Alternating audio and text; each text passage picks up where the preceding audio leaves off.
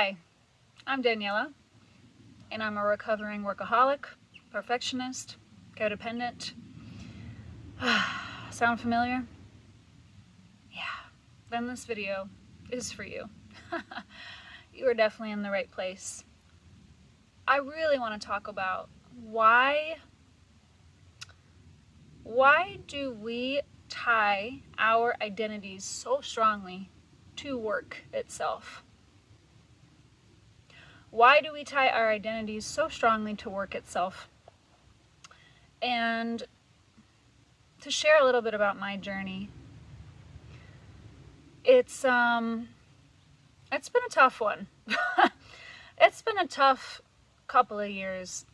Probably since late 2020 is when I really started going through it. Like, I really started going through a massive spiritual awakening, personal transformation, a complete reevaluation of my life, of the role I'd been playing, and why I just felt this chronic dissatisfaction. No matter what job I had, no matter where I lived, I have moved to at least 20 different places over the last decade. I've lived a very nomadic lifestyle, which on the surface seems like a very freedom-filled lifestyle. But one thing I've realized over the last few years is how much I had been tying up my identity to work itself. Whether I was working for a company, I had a 7-year corporate past life, as I like to say. I worked in corporate for about 7 years. I had that identity. And then, eventually I was able to shed that, and I wanted to create more freedom for myself and be my own boss. And so in late 2019, I started my own business as a coach. And I think a big part of that journey was really buying into the mainstream belief, the mainstream messaging that starting a business is the way to a freedom-filled life. And once you start your own business and become your own boss, like, it's going to change everything. It's going to change everything, and you'll be free from the hustle, free from corporate culture, free to do whatever you want, free to roam the world, free to be whoever you want to be. And while that sounds really nice, and that sounds like a nice utopia, to be honest. Who wouldn't want that? Who doesn't want freedom? But what I found through this long and winding road is that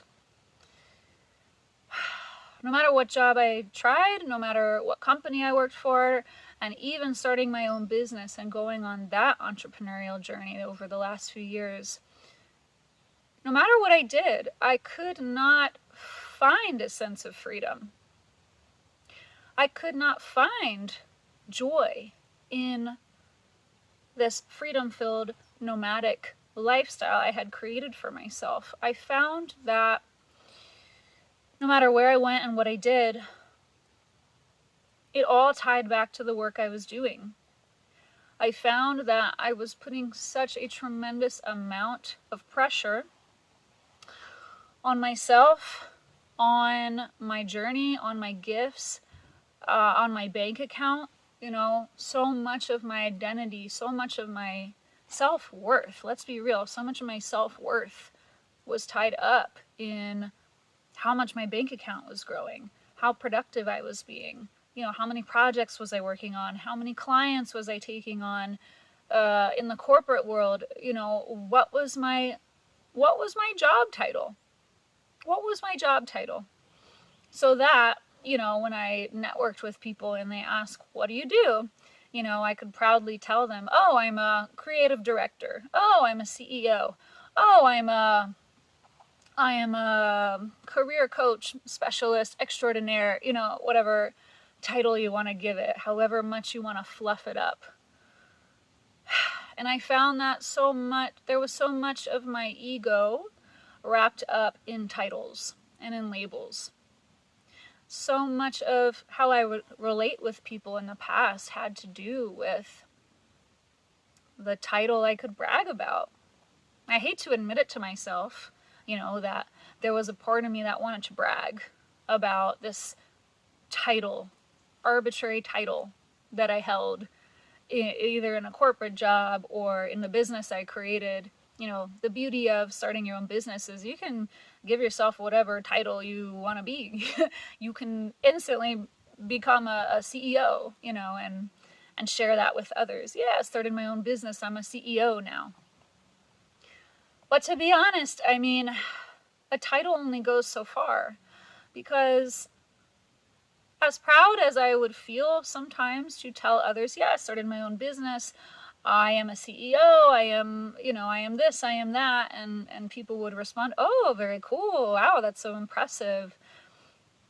That people's reactions really didn't matter, because it still couldn't change the chronic dissatisfaction, the emptiness that I felt deep down all these years, actually my entire life, until probably the last year of my spiritual awakening.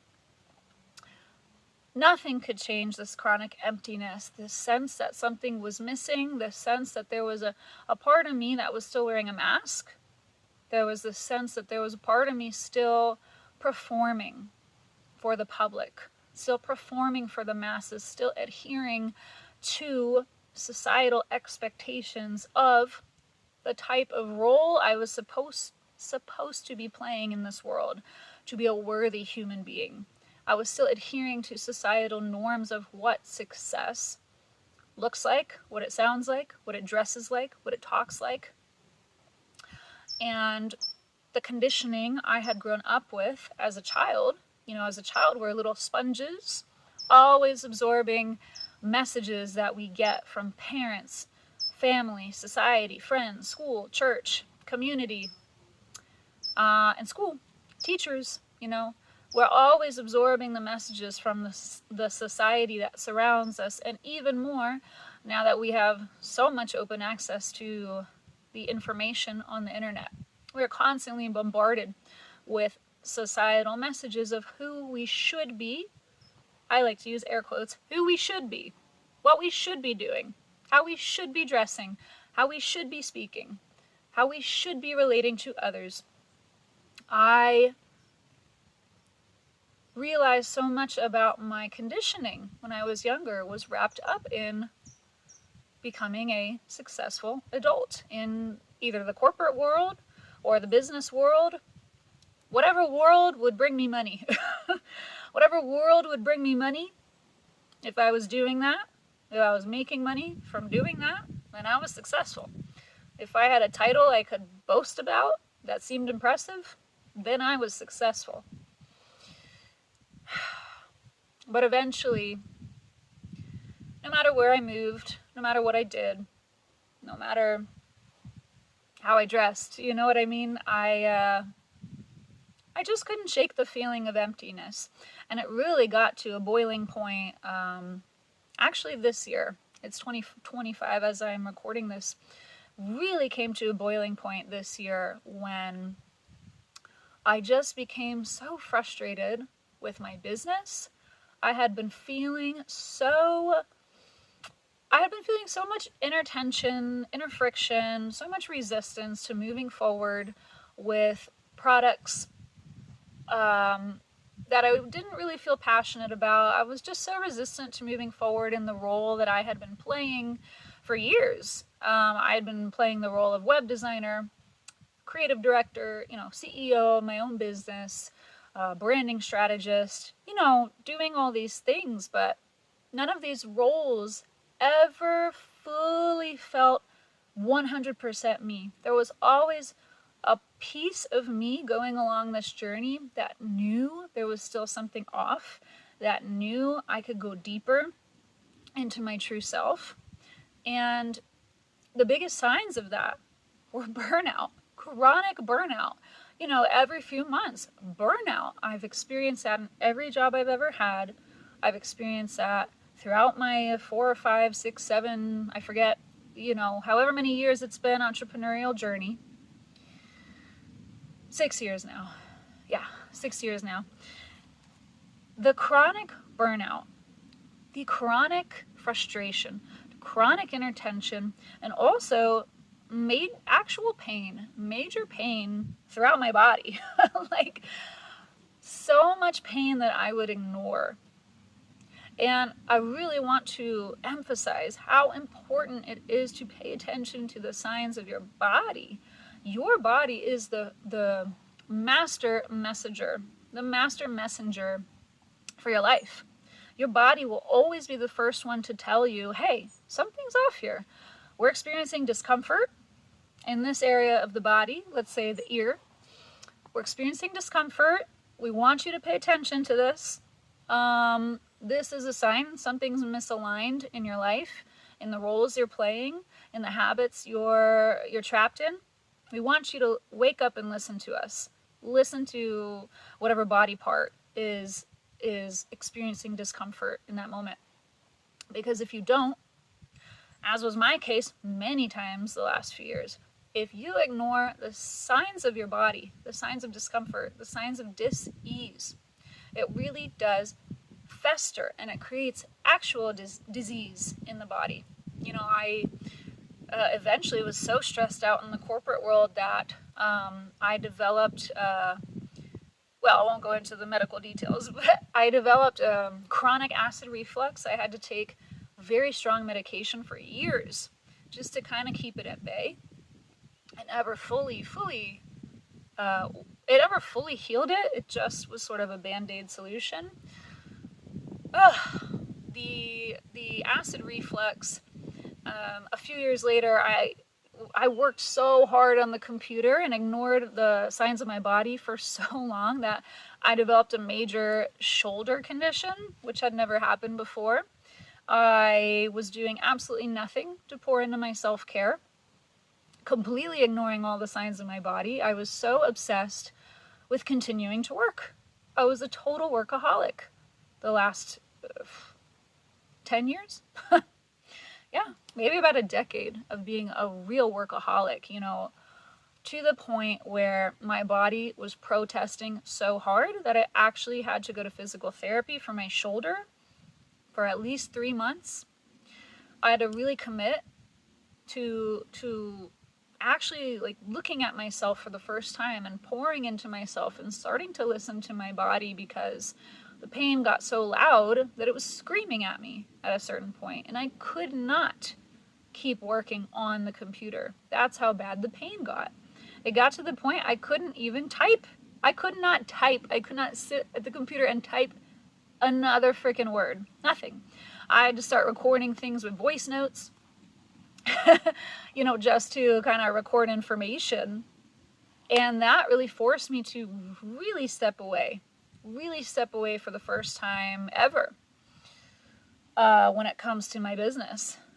I had no choice. You know, my body physically would not let me continue in my workaholic tendencies. And so that actually really started the process of learning to tune into the messages from my body more, you know, really taking a step back from this hamster wheel workaholic tendency that I know many of us fall into in this modern crazy world.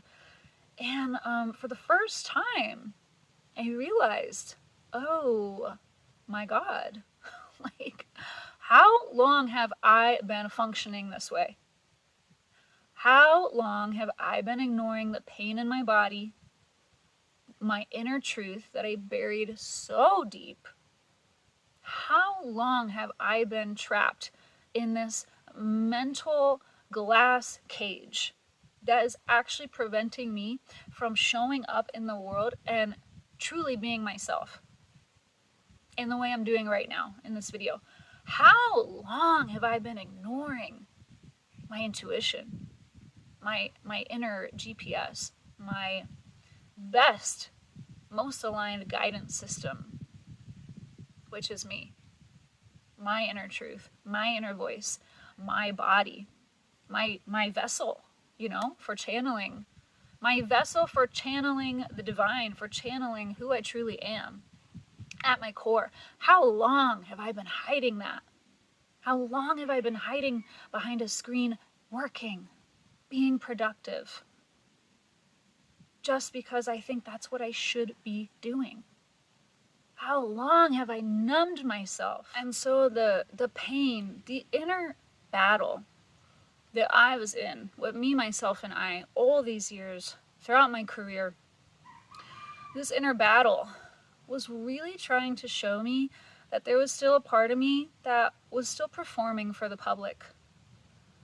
There was a part of me that was still wearing a mask of perfection, of deception, of illusion, of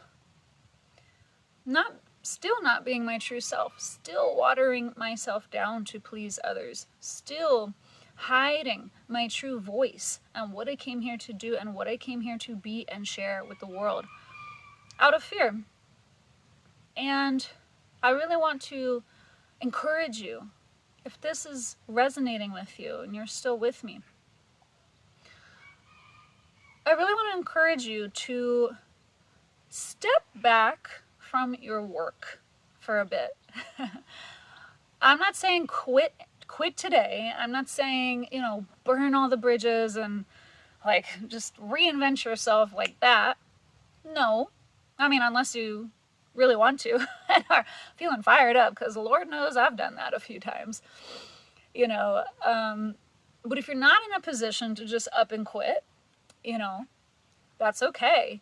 I really want to encourage you to start zooming out.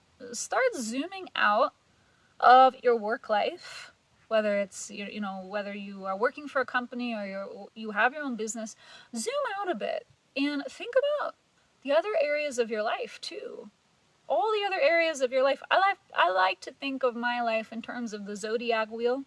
There's 12 different houses, which are all different themes, which are all different areas of life that we are meant to pour into as equally as possible to create harmony in our life, And work is just one of the 12 houses in astrology. It's just one of the 12.